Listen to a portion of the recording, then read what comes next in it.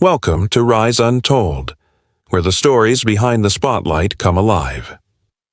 In the heart of Britain's monarchy, where gold ceilings shimmer and walls have stood for centuries, silence is often more powerful than words. Behind those walls, staff members move quietly, making sure the royal family appears flawless before the world. But sometimes silence breaks, and when it does, it reveals a very different picture than the one painted by polished photographs and royal appearances. This time, it comes from a woman who once worked closest to the Duke of York, a former maid who has decided to speak out, a woman who says she has seen the true behavior of Prince Andrew. For most of his life, Andrew has been known as the Queen's second son, the charming young prince who once served bravely as a helicopter pilot during the Falklands War, the man who seemed full of confidence, charm, and royal glamour. But as time passed, charm gave way to controversy, and duty was replaced with disgrace. His name became forever tied to Jeffrey Epstein, his friendship with the contender, and the accusations from Virginia Giuffre that shook the monarchy at its core. The infamous 2019 Newsnight interview was meant to clear his name. Instead, it ended his public life. His awkward smiles, his strange excuses, his words about Pizza Express and sweat, they all left the world stunned. From that day, Prince Andrew was no longer just a royal.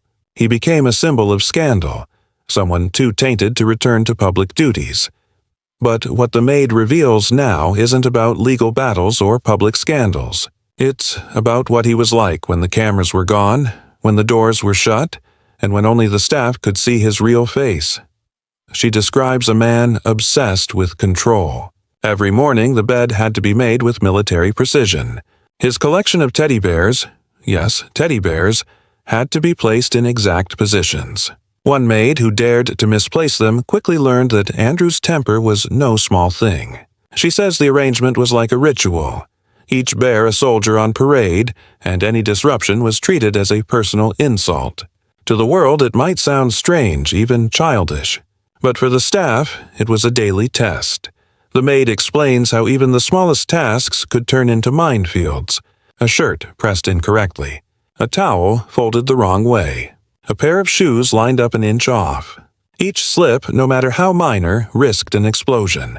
His voice could rise sharply, filling the room with anger. His tone, she says, carried the weight of command.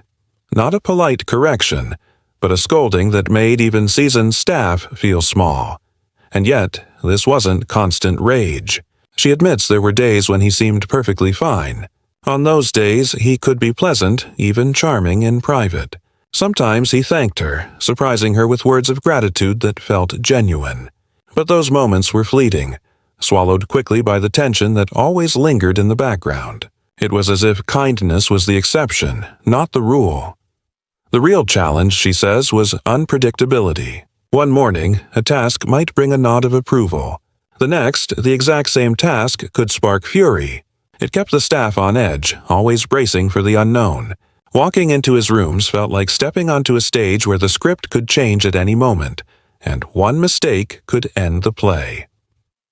To the Maid, this wasn't just about strictness or high standards. It was about power. The way Andrew treated those who served him reflected the way he saw himself, as someone entitled to demand perfection, no matter how unreasonable. She claims it was less about the bears or the towels, and more about reminding the people around him who was in charge. And her words matter because they come at a time when Andrew's reputation is already shattered.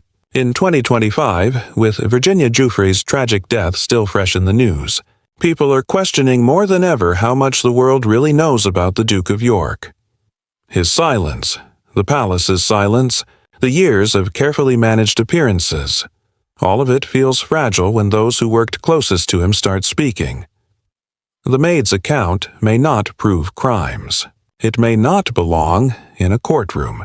But it adds a human layer to a story already filled with scandal. It forces the public to ask, who is Prince Andrew, really? The royal hero who once wore a military uniform with pride? Or the man who shouted at servants over stuffed animals in his bedroom? The truth, it seems, lies somewhere in between. What makes her story powerful is not just the details, but the timing. In a world where the royals are struggling to remain relevant, where every scandal feels like another crack in the crown, a voice like hers cuts deep. Because it suggests that the image we see, the smiles, the medals, the formality, is not the whole truth. Behind closed doors, behind the polished photographs, lies something far less royal. Something all too human. It also raises bigger questions.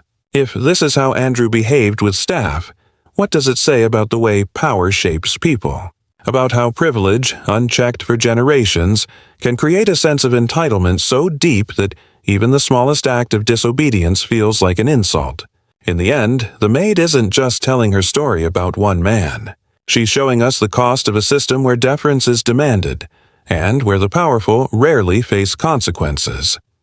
Of course, Andrew himself may never respond. The palace may never confirm or deny. That has always been their way.